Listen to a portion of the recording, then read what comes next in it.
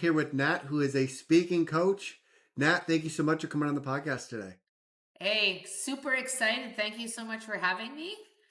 Yes, I'm very excited to dive into just public speaking in general. It's something that, Mm, especially with the youth in general, they struggle with a lot. So I'm very excited to not only get your knowledge, learn about your personal yeah. experience. So thank you so much for coming on today. Oh, I'm excited. When you're passionate about something that you do, you take every opportunity to, or as I say, I created a quote it when I started my business, and it goes, "Every opportunity is a speaking opportunity. How will you seize it?" Yes, So for me, this is an opportunity, and I get to chat about what I love to do most. I love it. I love it. So can you talk about your own public speaking journey when Yeah. you were growing up and kind of how that transitioned into where you're at now? Mm. I'm not gonna lie. I can't lie.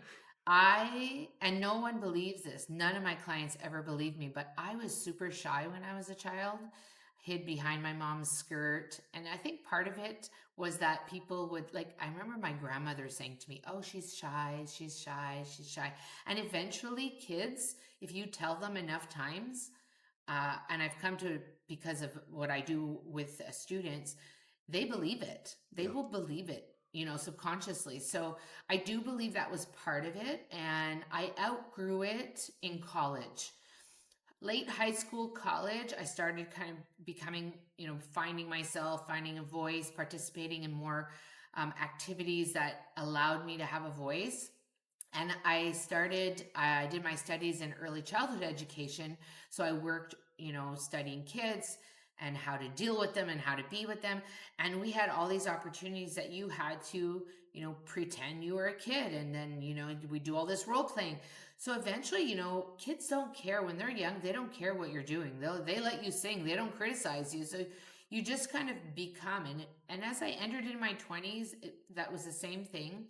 But I still had my own struggles as I journeyed through this. When you do sales, you want to do it right. And there's a story, one of my managers said to me, "Why do you quiet down when you speak in French?" Because I also speak French. And I said, "Well, I'm afraid to make mistakes. I'm afraid that I won't use the right tense with the verbs." And she said, "That's ridiculous. Because when you talk in English, you're like da da da da da, and then in French, I would be all timid." Wow. So that was a great learning experience, but it really all came to light once I became a mom. And the story goes, I went away with my husband for fun, sun, and rum, and I had too much rum. And 9 months later, we had this beautiful bundle of joy, and I thought, there is no way that she's going to go through what I went through as a kid. Wow. And trust me, we don't have any issues on that part. She is like on point, expresses herself, still can be shy sometimes and nervous. And that's, something we can talk about later, because we all get nervous, including Yeah. myself. And Teen Talk, which is the program I developed when I became a speaking coach, is really acts on helping young people develop the skill set, the tool to have the tools to be a better speaker, to be a better presenter. And I have a puzzle that I use. And once you have all four pieces of this puzzle, then you essentially you're a whole speaker. And speakers, I would say professionals also encounter this nervousness. Yes. They didn't get the training. They don't know. So that's where I go and leverage and also help speakers develop, solid talks, good delivery. Because as business people, we want to showcase our authority, showcase our credibility. And how do you do that? Yeah. And one thing I think you brought up, and I think a lot of parents will be curious about this, is you really put a focus on helping your child not be nervous and starting to build that skill of public Mm, speaking, putting yourself out there. And I feel like a lot of parents, that's something that they're not even thinking of. So, can you really talk about what are some of the skills that you really focused on when your child was yeah. younger to then have Oh, I them love build that this. skill? Oh, I love this. I don't know if you already knew this. No. We talked about it. No, you don't. Okay. So I actually have a book and a little, actually, it's not a book. I have a little giveaway and I'll send it to you. So if anybody's listening wants it, but it's a guide. It's just a short guide. I think there's like 6 or 7 activities parents can do with their kids. But one of the things that I notice more and more, and I'm going to go and be bold, Easton, and say there is a generational thing going on. uh, Parents need to let their kids have a voice. And we've gone from a time where kids were seen and not heard, and then they were sort of heard. And then we've gone back to this new, like, seen and not heard, or do everything for them. So, perfect example, go to Starbucks with my daughter. Mama, can I have a cookie? Sure, you can have a cookie. Go to the counter, say to the barista, can I please have a cookie? You know, and give her the tools to say it. Show them how to do it. Go to a restaurant, give them a menu. Who cares if they can't read it? Show them what's on the menu. When the waiter comes, tell the waiter what you would like. I would like a glass of milk and the hamburger and french fries, please. It is such a basic skill, but what it does, it gives them building blocks to feel more confident to go out into this big bad world that we have, and it's not that bad all the time, but feel good about having to ask for help or having to give direction. Going to a store and asking somebody for help, I'm at an age now, I don't want to look through the aisles. I just want to know where to go and get the thing. Well, that's what Adele, my daughter, now has the skills for. We walk in a store, we're looking for this. We don't have to wait. It's just giving them the easy skills. So then when they do get to school, there's no fear about asking the teacher for help or asking to go to the bathroom or help on an assignment. That foundation will already be there. So parents, I think, need to know that their kids have it within them. They just have to help them develop them. And that's just about letting them share their voice. And as a parent in a busy time, we all know, we're busy, taking the time to answer the questions or ask them the right questions in after their day. So an open-ended question like, what was the favorite part tell me about the favorite part of your day. That allows them to expand and then ask them another opening ended question based on that answer. And eventually the muscle will be worked and it will be flawless. Our daughter comes home now and gives us a play-by-play of what goes on in the day. Sometimes it's too much, but I appreciate what she's doing. Yeah. No, that's incredible. And the fact that you foster that relationship, and I feel like that not only helps her build her speaking skills, because obviously the more she speaks, the more that skill builds, but she's building a Yeah. relationship skill of like, hey, I'm talking to my parents, I'm talking about what I'm doing. So I think it's a very good thing to do as a parent, because not only do you build the skill for your child, but you get to learn more about your kid, learn more about their day. 100%. They feel more connected to you. And Yeah. one of the things that you mentioned earlier, and then now with your own daughter, is being able to get over that feeling of fear or that feeling of Mm. nervousness. I personally struggled with a lisp and a stutter, so I feel like I had a little bit of skill issues and fear issues. So, how do you Yeah. go about kind of when you're working with these kids, finding that balance between working on their skills of actually speaking versus working on getting over the fear of speaking? Mm-hmm. Well, some of the fear stems from just the unknown, and that applies to any novelty, Yeah. right? So if they're not great speakers, you know, they're already down at the bottom. So they sort of are in tandem, right? If they have the skills, they're going to feel better about speaking. Will they still be nervous? Yes, they will still be nervous. And what I say to that is that nervousness is very normal. Everybody gets it. I mean, I've done a few dozen of these chats with people. I still get a little nervous because it's me putting myself Yeah. out there for the world to see, the world to hear, for the world to criticize and comment. But what that leads me to is the new Mel Robbins, let them, and we just don't care. And the nervousness as a teen does carry on as an adult as well sometimes, Yeah. is that we care too much about what everybody's going to say, what everybody's going to think. And what I tell my students when I'm in class is that while you're worrying about your talk or your presentation, while you're giving that presentation, everybody in the audience may be listening to you, but they are also worrying about their own talk. So they're not giving that much importance to you. You're not that big of a deal in the big picture of things. Um, and there's a harsh reality that sometimes we just have to get over it. Yeah. And you have to step over it and say, and this is where the mindset and the shifting has to happen is, you have to get your ego, squash your ego a little bit and just say, dude, I call her something, I don't really have a name for her right now. But, I tell her, okay, I'm done. I don't need you right now. I'm a good. So letting students know that they got this.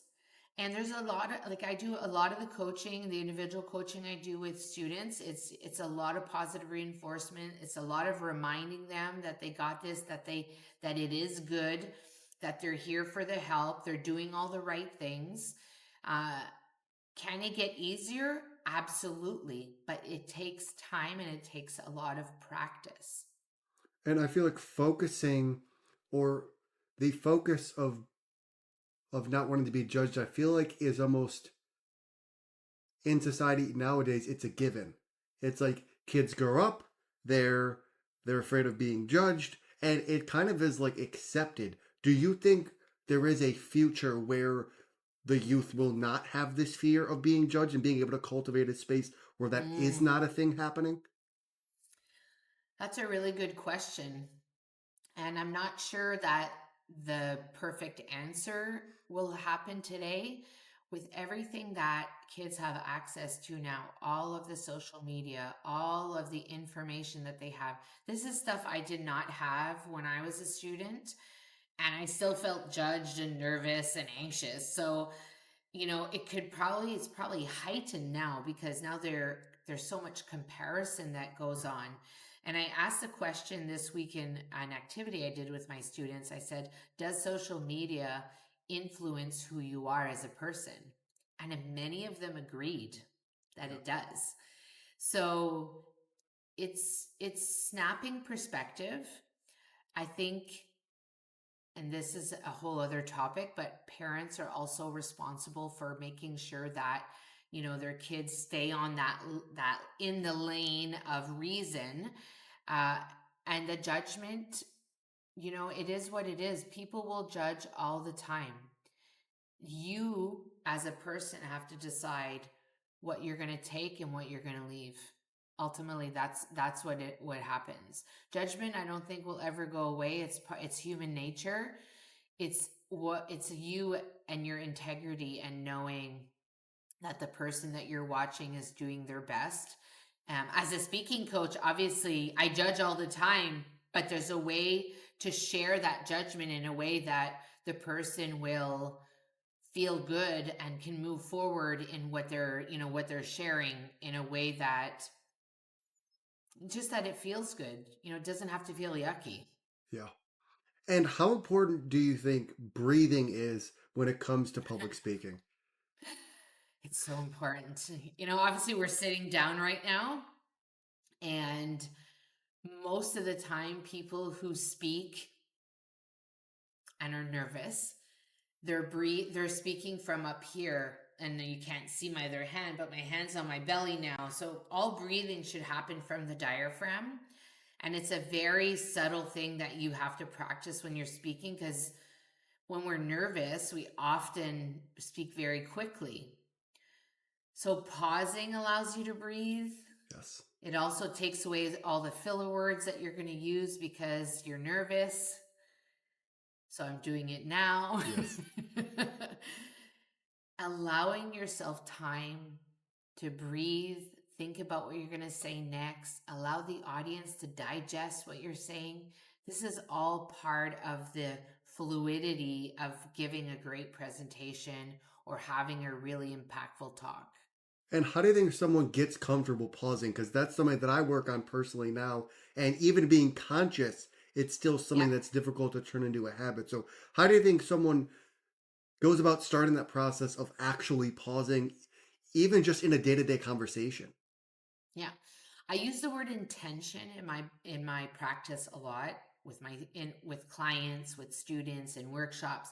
You have to intentionally pause. You have to intentionally say in your head, okay, I'm going to stop now. I want the people to think about what I just said. And it looks a little uncomfortable in the beginning Yes. because you're doing it. And eventually, once you've mastered it, it's just part of what you do. And as you move forward, like with your podcasts, with conversations you have with other business owners, you'll notice, the better you get at it, the more that you notice other people are not doing it. And that's not a judgment, it's an awareness piece. It's just making yourself aware of what you need to keep doing. And that's probably one of the biggest pieces of the puzzle that I share with clients right away is stop, breathe, pause.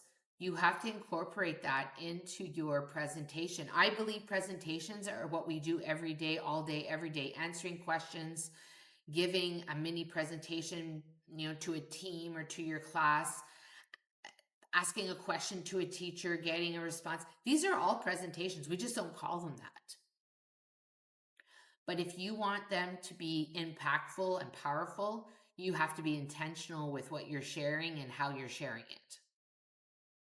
I love that. And I think being intentional is so important because, as you probably see, especially with the teens, that we get into robot mode or autopilot mode when we're like, we just kind of go throughout our day, we do the same things, and we're not really breaking the monotonous daily habits that we fall into. And I definitely think being intentional when it comes to things like pausing or things of that nature is super, super important. Um, Especially building that skill early on. And then it Yeah. just builds confidence because you're like, it doesn't matter, like you said, if I'm presenting in front of a class or I'm at a job interview. I feel like when you learn those skills, you then learn to trust yourself, and then that's really, I think, when the nerves really start to fall off. Yeah, absolutely. As you practice it, and when I write out a presentation with a client, I actually put the word pause in, like intentionally Yeah, throughout the text, so that when they're reviewing it, they know when they have to stop. Same goes with gestures, same goes with vocal variety. You need to add those things into your content. When you get really good, you can do it naturally. Your voice will change, your body, your gestures will match with what you're doing. So it's always about being intentional. absolutely. And now I want to dive into the personal side of Nat. You Oh mentioned wow. earlier, you mentioned earlier that you were a very shy kid. Yeah. How did you go about detaching from those feelings as you then went into college and like into your early teens? Like, Yeah. what was it about being like, hey, Nat, we are not our feelings, we are not our thoughts, and we can then Mm. continue to live the life we want, even while feeling those things. Well, and I can't remember what the expression is exactly, but it's like doing it even though you're scared. You know, doing what is the expression? Doing it even if you have the fear, right? So, I lived in the country, small high school, we had less than 100 people graduate. And I left and went to the city, and I ended up, having to take public transit and go to this big college, which really at the end of the day is not a big college. And I knew nobody knew me. So I kind of like I think I probably created some kind of persona that allowed me to step out of that shyness because nobody knew me anyway. So what was the difference? What was it going to change? But it shifted into just I think probably being really who I was, and those experiences allowed me to do that. And I think every experience you encounter is exactly that.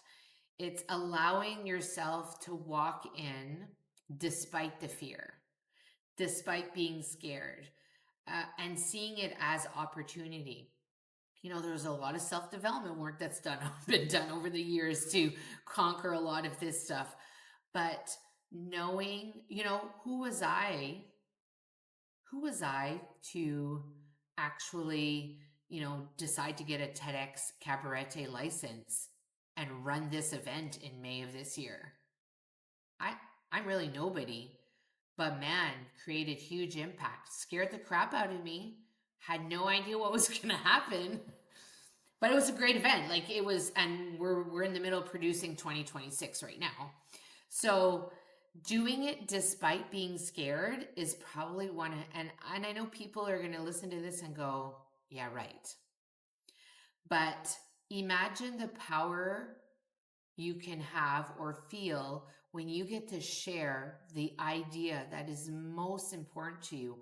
One of the biggest questions I ask any client is if you had the chance to share any message with the world right now, what would that message be? Pretty loaded question, but pretty powerful if you can stand in front of a group of people. Now, it might have to do with your business, it might have to do with something personal, a passion project, but having the ability to stand and share your ideas with clarity is pretty cool. Yeah, and I even think adults nowadays, everyone is very nervous to share what they actually want. If that's a life they want to live, if that's a dream they have, if that's something that they want to accomplish. I think a lot of people, even the youth and the adults, are very very nervous to definitely do that. And you also mentioned that you are doing stuff with TEDx talks. Mm-hmm.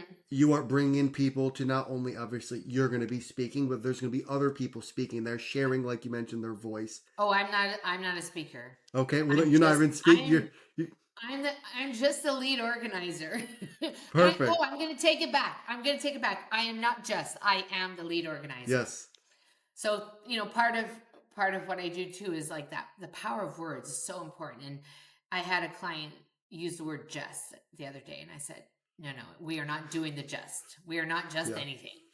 You know, in this case, we are the people. So I am the lead organizer for TEDx Cabarete, and I also lead TED Ed, which is the education uh, branch of TED Talks. So it's a program that I do with students here on the north coast of the Dominican Republic, and students share their voice, share their ideas. I've done two cohorts already, so now we're preparing for our third cohort right now, and that will also they will be featured in February with during the TEDx event, TEDx Cabarete event.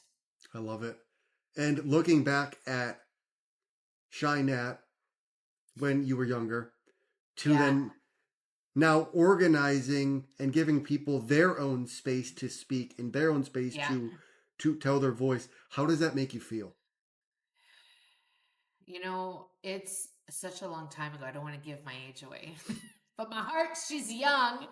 Um, if I had to go back and talk to her, I would definitely want her to know that she didn't have to be shy, that she doesn't have to be shy, that she has a lot of important things to say. Um, I think that at the time, we don't have as much, I didn't have as much information available to me. Sure, my parents were doing the best they could with what they had. And Shy Nat had to live that so that this Nat can exist now. Yes. Yes. I Really, really, love that's that. what it is. Yeah. That's awesome. And I have one more question for you. Oh, If lay you it had on to me. strip away all of the business accomplishments, all the speaking, all the coaching, and we just brought it to Nat the human, Yeah. what would you want the world to remember you by? Oh my gosh. What would I want the world to remember me by? What would my legacy be? Yeah, I would want my legacy to be it I don't think I can take away everything, but I think that giving people a voice is part of the legacy, and doing it with humility and doing it with compassion and empathy is probably the thing that I would be remembered for the most.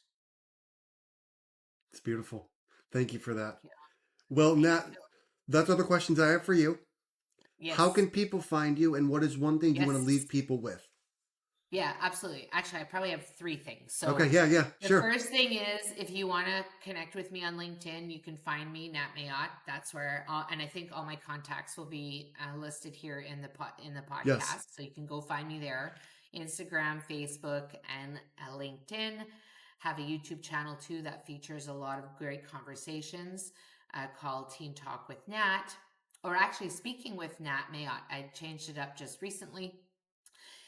Parents who are listening and they would like that guide, I will provide the link for you so you can add it to the podcast. I'm happy to provide it for them. And then I am hosting a masterclass this Thursday, and will be a recurring masterclass for anybody who wants to create a signature talk.